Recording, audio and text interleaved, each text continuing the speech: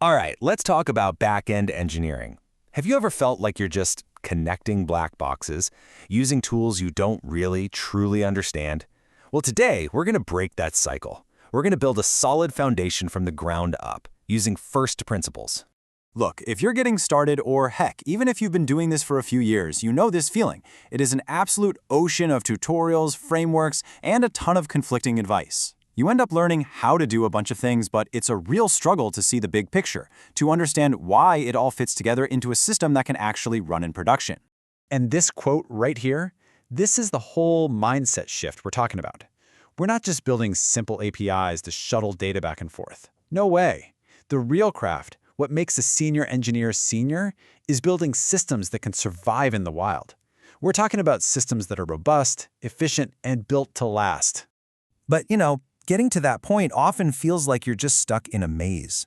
It's this frustrating journey where you're constantly bumping into new concepts, but you don't have a map. You end up wasting so much time and energy on things that don't really build that durable, long-term foundation. Yeah, the typical way people learn this stuff is, frankly, broken. Most of us start out with what a boot camp or a course teaches us, and from there, we're just forced to piece it all together on the job. It's years and years of trial and error, just patching holes in our understanding. It's an incredibly inefficient way to build a solid mental model. And all of this leads to a critical mistake, a trap really that so many of us fall into right at the beginning of our careers. Let's talk about the framework trap. So here's the deal. When you start with a specific framework, whether it's Express or Spring Boot or Ruby on Rails, it's like putting on a pair of glasses that only lets you see the world in one very specific way. It creates these huge blind spots, and it hides the fundamental underlying mechanics that are actually powering your application.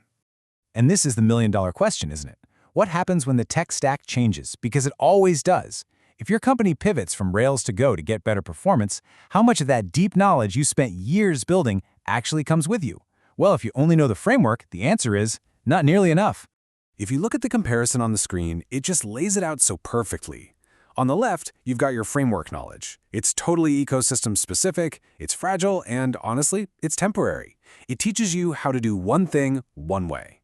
But over on the right, foundational knowledge is language agnostic, it's durable, it's the stuff that teaches you why systems work the way they do, no matter what tool you're using.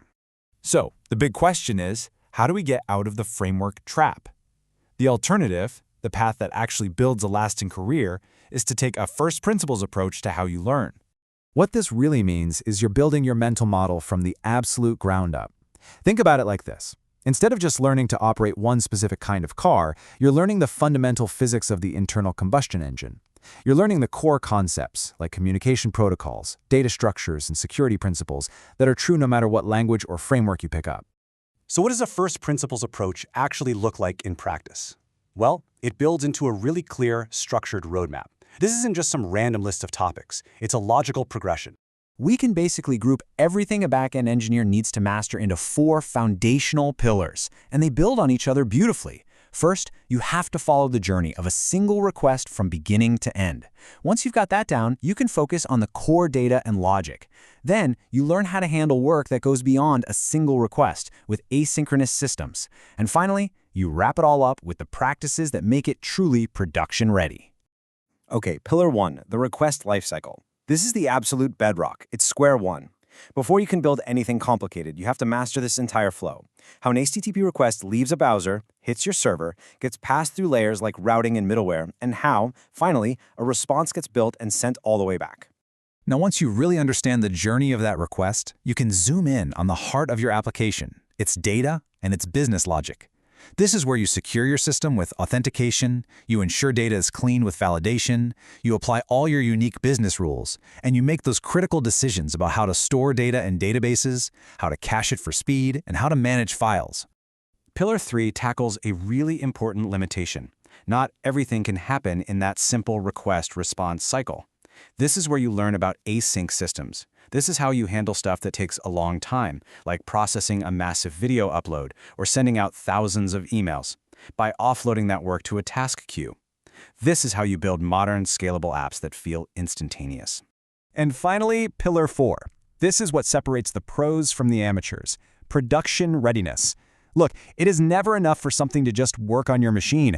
You have to know how to operate it, maintain it, and scale it reliably in the real world. And that means everything from deep observability with logs and metrics to solid security practices, automated testing, and of course, DevOps. So let's step back and look at the afterstate. What's the real outcome when you master these first principles?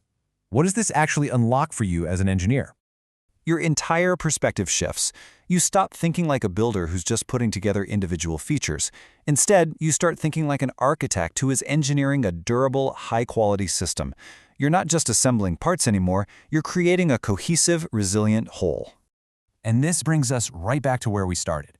These words on the screen, reliability, scalability, fault tolerance, these aren't just buzzwords. They're not happy accidents. They are the direct, intentional result of deeply understanding and applying the fundamental principles we've just walked through. By focusing your energy on this foundational roadmap, you're doing so much more than just prepping for your next interview. You are investing in a durable, transferable skill set that is going to be the bedrock for your entire career in software. So the only question left is, which principle are you going to tackle first?